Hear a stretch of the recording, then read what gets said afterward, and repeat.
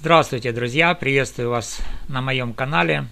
Я Валерий Табаков, юрист с опытом в области антикоррупционного права, защиты прав человека, расследования общественных скандалов и даже криминального процесса в Украине. За эти годы я представлял интересы многих граждан против незаконных действий чиновников, консультировал людей, выступал экспертом в языковой политике и правам меньшинств, а также анализировал десятки дел о разжигании межэтнической ненависти. Мой подход всегда строг и объективен, основан на фактах, нормах права, независимых источниках и стремлении к настоящей справедливости, без каких-либо политических предубеждений или популизма.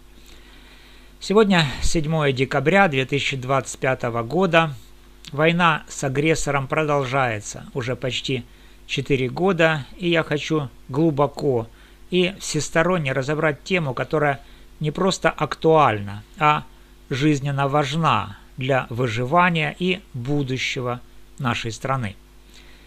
Мы часто слышим в СМИ, в соцсетях, на улицах, в официальных заявлениях политиков и даже в повседневных разговорах обвинения в адрес русскоговорящих граждан Украины, будто они – это скрытый внутренний враг, источник предательства, нелояльности и даже пособничества оккупантам.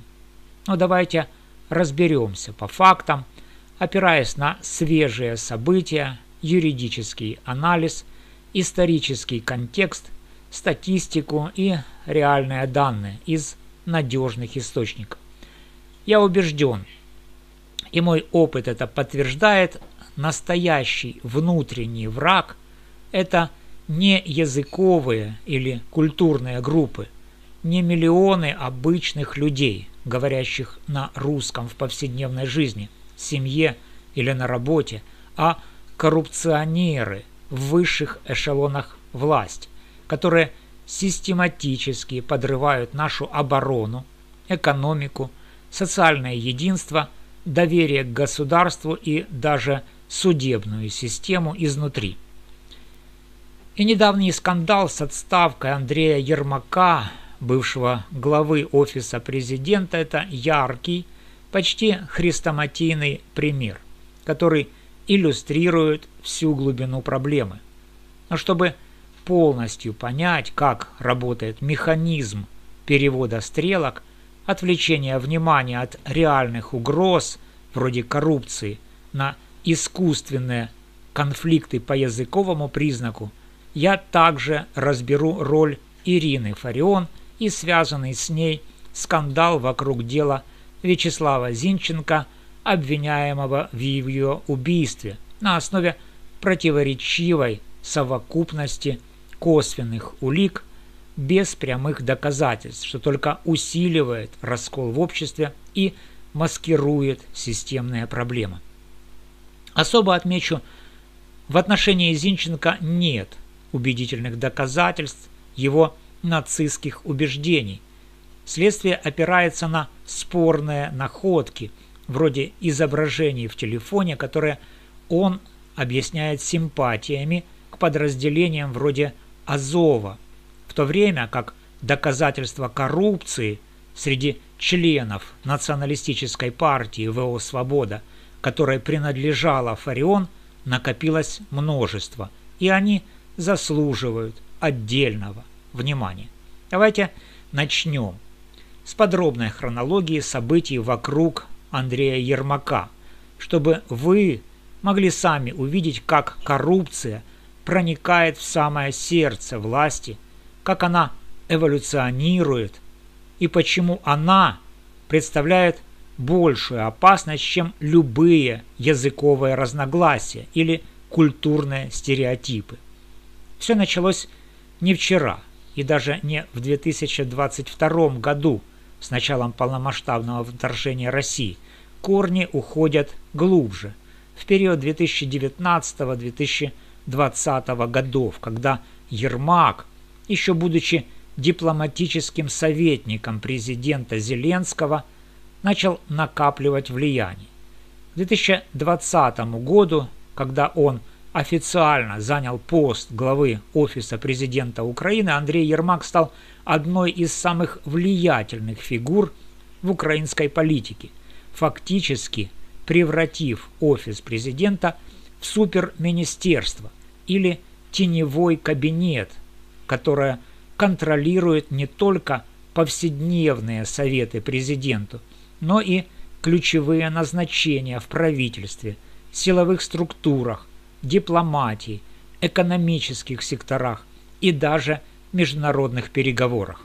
Ермак описывался в независимых СМИ, таких как «Украинская правда», как Али-Баба, центральная фигура, окружившая себя 40 разбойниками в виде лояльных назначенцев, которые ставили личные интересы и коррупционные связи выше профессионализма и государственных приоритетов.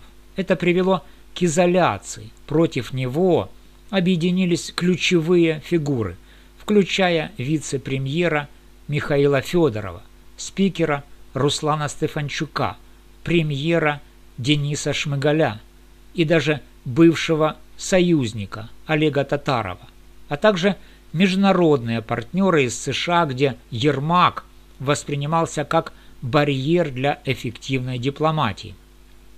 Но кульминация наступила в ноябре 2025 года. 28 ноября президент Владимир Зеленский объявил об увольнении Ермака. Это не было внезапным или добровольным уходом. За ним стоял громкий коррупционный скандал, расследуемый ведущими антикоррупционными органами. Национальное антикоррупционное бюро Украины НАБУ и специализированная антикоррупционная прокуратура САП провели обыски по месту жительства Ермака 28 ноября по постановлению от 21 ноября. Изъяты были 2 ноутбука, несколько телефонов, флеш-накопители, жесткие диски и другие носители информации, которые, по словам источников в правоохранительных органах, содержат доказательства коррупционных схем, включая переписку и финансовые документы. Хотя кабинет в офисе президента не тронули из уважения к институту власти и чтобы избежать политического скандала, источники в НАБУ уверяют, подозрение ему – дело времени, и оно будет вручено в ближайшие недели или месяцы с полным пакетом улик. Это расследование напрямую связано с хищениями в Энергоатоме, государственной компании, отвечающей за атомную энергетику и обеспечивающей до 50% электроэнергии страны, где коррупционные схемы, включая завышенные контракты и откаты, могли стоить Украине миллиарды гривен в разгар войны, когда каждая гривна на счету для фронта, восстановления инфраструктуры и гуманитарной помощи. По данным независимых журналистов из «Украинской правды» и других изданий, Ермак утратил доверие Зеленского из-за своей истеричной реакции на расследование. Он якобы кричал, плакал, обвинял всех в заговоре, требовал прекратить преследование и, угрожая политическими последствиями для следователей, был уволен. Но это лишь вершина айсберга огромной коррупционной пирамиды.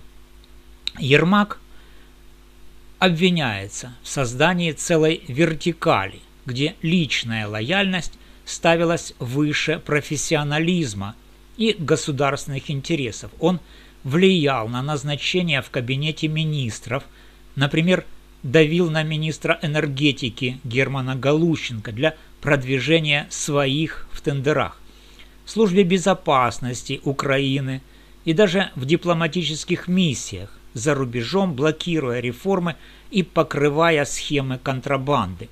Например, операция СБУ «Мидас» по борьбе с контрабандой нефтепродуктов и оружия выявила, как Ермак пытался добиться отставки главы СБУ Василия Малюка за то, что тот проглядел, или точнее разоблачил коррупционные потоки, связанные с окружением Ермака и приближенными к офису президента бизнесменами.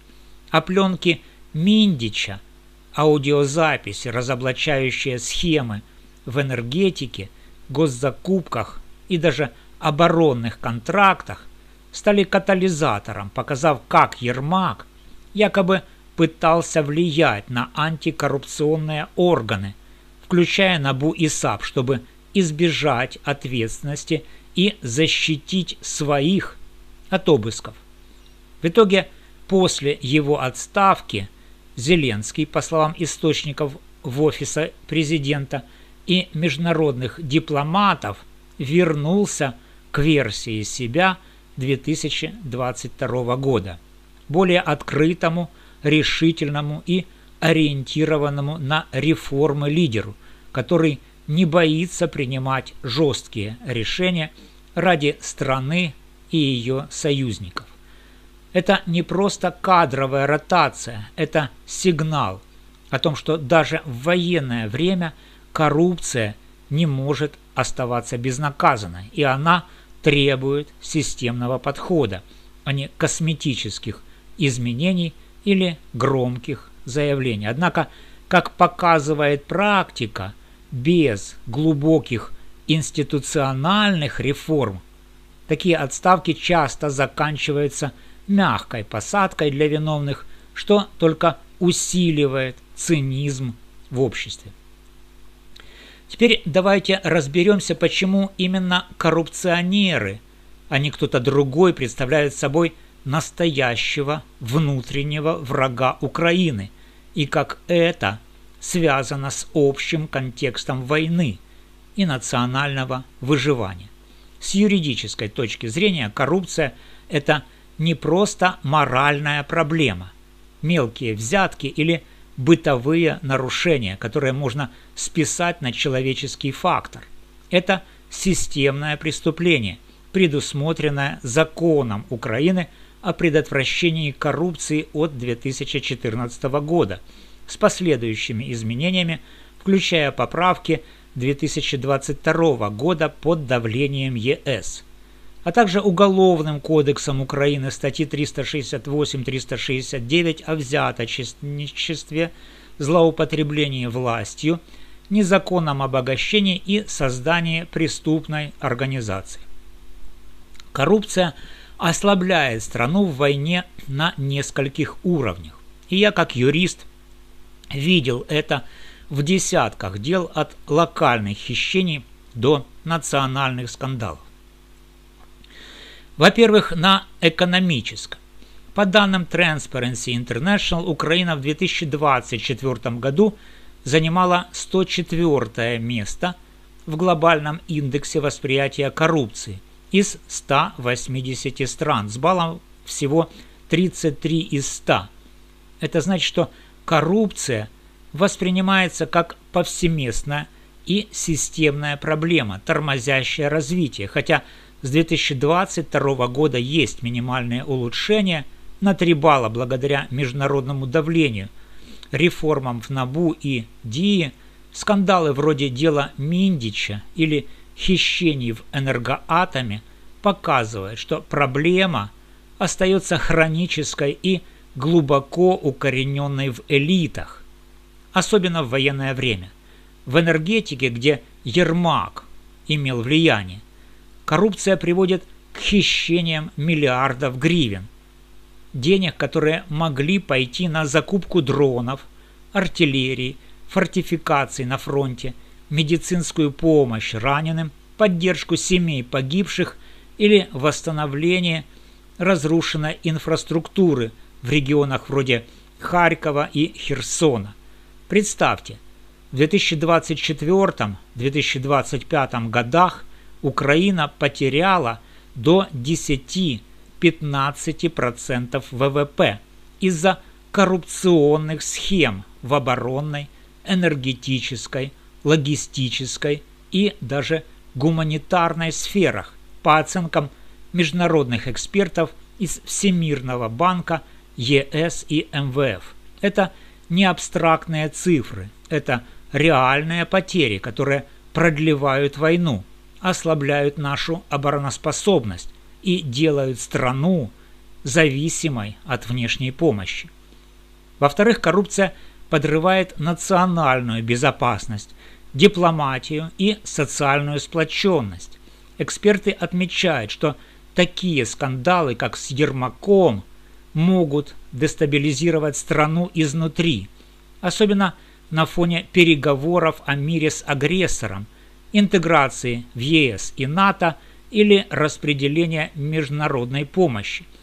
Коррупционные связи позволяют обходить санкции против России, как в случае с контрабандой нефтепродуктов, оружия или даже технологий, что напрямую помогает агрессору и подрывает нашу борьбу.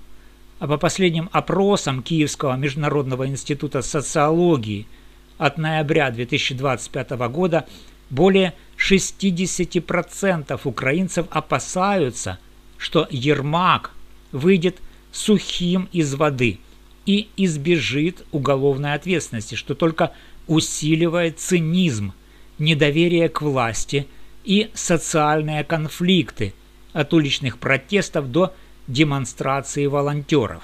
Это приводит к утечке кадров за границу, падению налоговых поступлений и даже внутренним конфликтам в ВСУ. В моей практике я видел, как коррупция разрушает доверие. Например, в делах о хищениях в Министерстве обороны, скандал с яйцами по 17 гривен в 2023 году, или фальшивыми бронежилетами, в Укроборонпроме 2019 год, или на таможне 2024-2025, где чиновники крали на поставках для армии, что стоило жизни солдатам и ослабляло оборону. Сравните это с историческими примерами. Дело Насирова в 2017 году, хищение в налоговой на миллиарды, скандалы вокруг Приватбанка 2016-2019 или недавнее разоблачение в Нафтогазе. Каждый раз коррупция ослабляла страну перед внешними угрозами, делая нас уязвимыми и предсказуемыми для врага. И вот здесь важно понять механизм перевода стрелок. Вместо того, чтобы фокусироваться на этих реальных угрозах и требовать ответственности от элит, некоторые политики, активисты и даже медиа разжигают искусственные конфликты, обвиняя русскоговорящих в предательстве, чтобы отвлечь общественное внимание от своих схем и сохранить статус-кво. Теперь перейдем к мифу о русскоговорящих, как внутреннем враге, и роли Ирины Фарион в этом процессе, включая скандал с Вячеславом Зинченко, который стал трагическим символом такого перевода стрелок и показал, как языковые радикалы, вроде Фарион, провоцируют насилие, маскируя коррупционные проблемы. Как юрист, специализирующий на защите прав человека и борьбе с дискриминацией, я часто сталкиваюсь с случаями несправедливого преследования по языковому признаку в судах, на работе, в образовании, СМИ и обществе, от административных штрафов за неправильный язык до уголовных дел о сепаратизме. Конституция Украины, статья 10, четко гарантирует свободное развитие, использование и защиту русского и других языков национальных меньшинств как части европейской идентичности.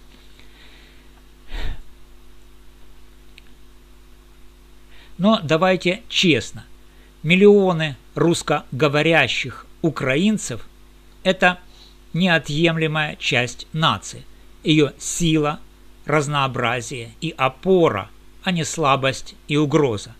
Они стоят на передовой в вооруженных силах Украины, волонтерят в тылу, строят бизнес, воспитывают детей в любви к Украине, платят налоги, которые идут на войну, и жертвуют личное ради общего дела. Взять хотя бы примеры. Русскоязычный Харьков героически выдержал массированные обстрелы и наступления в 2022-2023 годах, несмотря на близость к границе и исторические культурные связи. Одесса – многонациональный культурный центр с русскоязычным большинством, стала символом сопротивления оккупантам, где волонтеры на русском координируют помощь. Днепр, Запорожье и Херсон внесли огромный вклад в производство дронов, логистику и оборону с тысячами русскоговорящих героев на фронте. По опросам Центра Разумкова в 2024-2025 годах более 80% русскоговорящих граждан считают себя патриотами Украины, поддерживают независимость, территориальную целостность, ЕС-интеграцию и НАТО, а уровень лояльности среди них не ниже, чем среди украиноязычных. Война сплотила нас всех. Обвинение в предательстве по языку – это чистая манипуляция, часто используемая популистами, пропагандой агрессора или даже коррупционерами для отвлечения от реальных проблем, таких как хищение в офисе президента. Война показала единство не в принудительной унификации языка или культурных запретах, а в общих ценностях – свободе, демократии, верховенстве права, борьбе с агрессором и толерантности. И здесь ключевую роль в разжигании таких конфликтов сыграла Ирина Фарион, бывший народный депутат от партии ВО «Свобода», языковед, радикальная националистка и автор скандальных высказываний, которая неоднократно становилась центром общественных бурь, обвиняя русскоговорящих в предательстве и нелояльности. Фарион была известна своими экстремистскими заявлениями.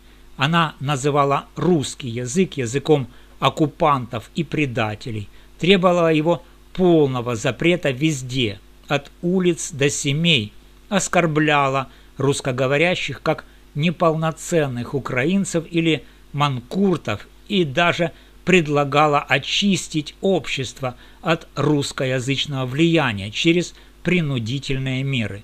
Один из таких громких скандалов произошел в ноябре 2023 года, когда Фарион в интервью, соцсетях и публичных выступлениях оскорбила военных ВСУ из элитных подразделений, таких как Азов и 3-я отдельная штурмовая бригада, за то, что они общаются на русском языке во время боевых действий или в переписке. Она заявила, что такие солдаты не настоящие украинцы, предатели нации и должны быть наказаны, несмотря на то, что эти ребята рискуют жизнью на фронте, защищая страну от российского вторжения, и их язык – это не политика, а реальность окопов. Это вызвало огромный резонанс. Тысячи ветеранов, волонтеров, общественных деятелей и даже военных осудили ее, а скандал набрал миллионы просмотров в СМИ и соцсетях, углубил раскол в обществе и был использован российской пропагандой для показа внутреннего конфликта в Украине. Фарион не остановилась. Она продолжала эскалировать, обвиняя критиков в русском мире и предательстве, что только усилило поляризацию. В итоге из-за этого и предыдущих инцидентов Фарион была уволена из Львовского национального Политехнического университета, где преподавала украинский язык, и стала объектом судебных исков за разжигание межэтнической ненависти и дискриминацию по статье 161 Уголовного кодекса, хотя дела так и не дошли до приговора и до суда из-за политического давления и процессуальных ошибок. И теперь о деле Вячеслава Зинченко, которое стало трагическим символом сопротивления такому переводу стрелок и показало, как языковые радикалы, вроде Фарион, провоцируют насилие, маскируя коррупционные проблемы. 19 июля 2024 года Ирина Фарион была убита выстрелом в голову возле своего дома во Львове. Преступник скрылся, а она скончалась в больнице, несмотря на реанимацию. Подозреваемым стал 18-летний Вячеслав Федорович Зинченко из Днепра, который, по версии следствия, мотивировался неприязнью к языковой позиции Фарион. Он якобы считал ее предательницей национализма за чрезмерный радикализм и оскорбление в адрес русскоязычных патриотов. Зинченко арестовали 25 июля 2024 года, и дело переквалифицировали с покушения на умышленное убийство, грозящее пожизненным сроком. Однако, как подчеркивают адвокаты и независимые эксперты, обвинения основаны исключительно на противоречивой совокупности косвенных улик, без каких-либо прямых доказательств, что вызывает серьезные сомнения в объективности следствия и усиливает подозрения в политическом подтексте. Ключевые улики – это видео с камер наблюдения, показывающие похожего на Зинченко человека во Львове в день убийства, но без четкого лица или идентификации, его поисковые запросы в интернете о Фарион, методах убийств и поездках во Львов, найденные в гаджетах, а также досье на Фарион и других политиков, включая, по данным суда, файлы на еще двоих фигур, якобы составленные Зинченко в телеграм-каналах. Оружие, пистолет, из которого был сделан выстрел, до сих пор не найдено. Нет четкого ДНК-подтверждения, ни одного свидетеля, видевшего Зинченко на месте преступления, и алиби. Его мать свидетельствует, что общалась с ним по телефону в день убийства в течение 1,5 часов. Противоречия множатся, видео с камер размыто, поисковые запросы общие и не уникальны, тысячи людей ищут подобное, а досье могло быть собрано кем угодно в открытых источниках. Суды продолжаются. В ноябре 2025 года Шевченковский районный суд Львова рассмотрел новые доказательства по ходатайству адвоката Игоря Сулимы, допросил мать Зинченко и свидетелей защиты, но продлил арест на 60 дней без залога.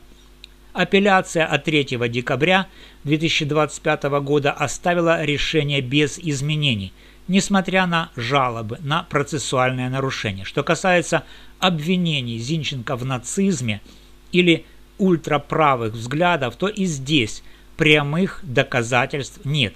Следствие ссылается на находки в его телефоне, вроде изображений, которые сам Зинченко объясняет общими симпатиями к патриотическим формированиям вроде Азова и отсутствием активного участия в экстремистских группах, и это типичный случай, когда косвенные улики используются для быстрого закрытия дела, возможно, под политическим давлением. Это дело иллюстрирует, как радикальные риторики, вроде Фарион, провоцируют насилие и поляризацию вместо обсуждения коррупции, как с Ермаком. Общество отвлекается на языковых врагов и судебные драмы.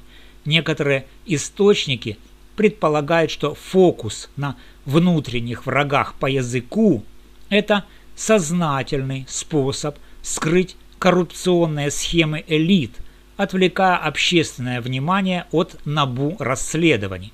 А в контексте партии ВО «Свобода», которой принадлежала Фарион, ситуация еще более показательна. Под маской национализма эта партия неоднократно фигурировала в коррупционных скандалах, что идеально вписывается в схему перевода стрелок. Приведу конкретные примеры из расследований НАБУ и СМИ. Во-первых, дело Андрея Мохника, экс-депутата от «Свободы» 2012-2014 годов. В 2015 году НАБУ обвинила его в получении взятки в 500 тысяч гривен за содействие в выделении земельных участков в Киеве. Он был осужден к 5 годам условно. Но скандал показал, как националистическая риторика маскировала личное обогащение. Во-вторых, скандал с Русланом Зеликом, еще одним депутатом «Свободы», 2012 год. В 2013 его поймали на вымогательстве 100 тысяч гривен от бизнесмена за крышевание во Львове. Дело дошло до суда, но закончилось мягким приговором. Это классический пример, как партийные связи защищали от ответственности. В-третьих, обвинение против лидера партии Олега Тягнебока.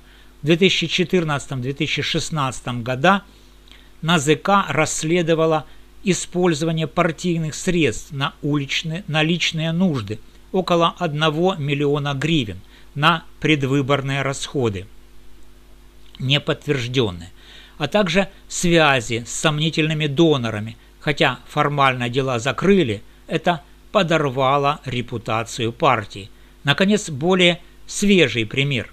В 2023 году экс-член «Свободы» Михаил Бондарь, теперь он в другой партии, но с багажом, был замешан в скандале с хищениями в строительстве фортификаций на Западной Украине, где якобы откаты шли на патриотические фонды, контролируемые экс-свободовцами. Эти случаи, задокументированные в отчетах НАБУ и Transparency International, показывают, национализм часто служит ширмой для коррупции, отвлекая от реальных преступлений. Как сказал один эксперт в антикоррупционной сфере, коррупция – враг нации, а не культурное различие. В моей практике я защищал людей от необоснованных обвинений в сепаратизме или разжигании, и каждый раз выяснялось, что за этим стоят личные интересы, коррупционные мотивы обвинителей от локальных чиновников до высших эшелонов, а не реальные угрозы. В итоге, друзья, как юрист с опытом борьбы с коррупцией, дискриминацией и политическими манипуляциями, я призываю всех нас требовать реальных, системных реформ, а не падать жертвой искусственных конфликтов или громких заголовков. Отставка Ермака – это важный шаг вперед, но без глубоких изменений коррупция вернется в новых обличьях, а языковые скандалы, вроде тех, что разжигала Фарион и эскалирует дело Зинченко, будут использованы для дальнейшего раскола. Что можно сделать на практике? Во-первых, укрепить независимость НАБУ и САП, внести изменения в закон, чтобы их руководители назначались через прозрачный международный конкурс с участием ЕС и США, а не по политическим квотам, и обеспечить стабильное финансирование без вмешательства Офиса президента или Генпрокуратуры. Во-вторых, ввести обязательные электронные декларации для всех чиновников высшего уровня, расширить НАЗК-модель с автоматической проверкой на ложные данные через ИИ и уголовной ответственностью за нарушение. Это уже предусмотрено, но часто саботируется из-за лазеек. В-третьих, обеспечить ротацию власти, ограничить сроки на ключевых постах, таких как в офисе президента, Кабмине или СБУ до 2-3 лет с обязательным аудитом, чтобы избежать концентрации влияния в одних руках, как у Ермака. В-четвертых, провести всесторонний антикоррупционный аудит всей вертикали власти от офиса президента до местных советов, включая СБУ, Генпрокуратуру, Министерство и Энергоатом, с привлечением международных экспертов из ЕС, США, Transparency International и даже Интерпола для прозрачности. Если Зеленский назначит реформатора как вице-премьера Михаила Федорова, который уже доказал эффективность в цифровизации ДИИ, Прозора и инновациях для фронта, на место Ермака или в аналогичную роль мы увидим прогресс от прозрачных закупок и блокчейн-контроля до реальной борьбы с контрабандой. Кроме того, нужно реформировать языковую политику, сделать ее инклюзивной и конструктивной, без дискриминации, с акцентом на добровольное образование, интеграцию меньшинств и защиту от разжигания. Усилить статью 161 Уголовного кодекса, чтобы избежать скандалов вроде Фарион-Зинченко и сосредоточиться на единстве. И, наконец, обществу. Активный мониторинг, поддерживать независимые СМИ вроде «Украинской правды» и «Громадского», участвовать в онлайн-петициях на единой платформе, требовать публичных слушаний по делам вроде Зинченко, где нужны независимые экспертизы улик и ответственности за коррупцию, а не за язык. Только так мы сможем превратить Украину в сильное, прозрачное, сплоченное государство, способное не только выстоять в войне, но и построить справедливое будущее. А вы что думаете, друзья? Коррупция, языковые радикалы вроде Фарион, противоречивые дела вроде Зинченко или что-то иное – это настоящий внутренний враг или нет?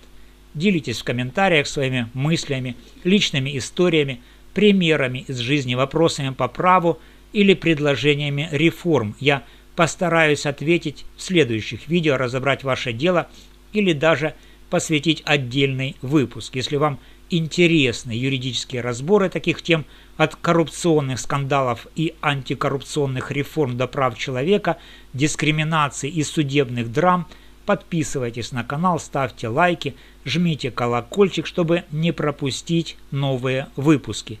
И делитесь видео с друзьями. Помните, правда, справедливость, единство и толерантность – это наше самое мощное оружие в этой войне за свободу.